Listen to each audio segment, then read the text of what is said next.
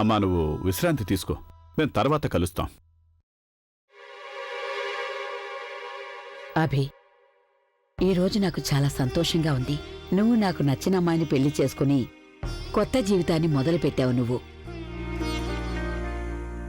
ప్రజ్ఞ ఇప్పుడు నీ బాధ్యత బాబు. తన్ని జాగ్రత్తగా చూసుకోవాలి. అలాగే ఇద్దరు సంతోషంగా ఉండండి బాబు.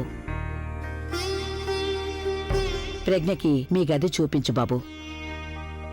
నానమ్మా, నేను చూడవి, నేను అంటూ ఉండేవాళ్ళే చివరికి ఇలా బకరాలు అవుతారు. అయినా నువ్వేమనుకున్నావు మేము నిన్ను ఇంత సులభంగా వదిన దగ్గరికి వెళ్ళనిస్తామా? నువ్వు గదిలోకి వెళ్లే ముందు పార్టీ అయితే ఇవ్వాల్సిందే కదా. పార్టీ రేపు చేసుకోండి. కనిపించడం లేదా ఇద్దరు ఎంత అలసిపోయారో? నానమ్మా, నేను వీళ్ళందరికీ పార్టీ ఇచ్చొస్తాను, లేదంటే వీళ్ళు జీవితాంతం నన్ను ఏడిపించుకు తింటారు. అభి, నీకు అర్థం కావడం లేదా? నానమ్మా, సరే, నీ ఇష్టం. కానీ ఒక్క షరతు, పార్టీ వీలైనంత తొందరగా పూర్తి చేసుకుని వెంటనే ఇంటికొచ్చే, సరేనా? అలాగే నానమ్మా.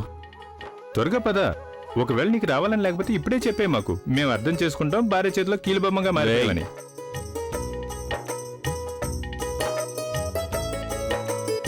త్వరగా తిరిగి వస్తాను.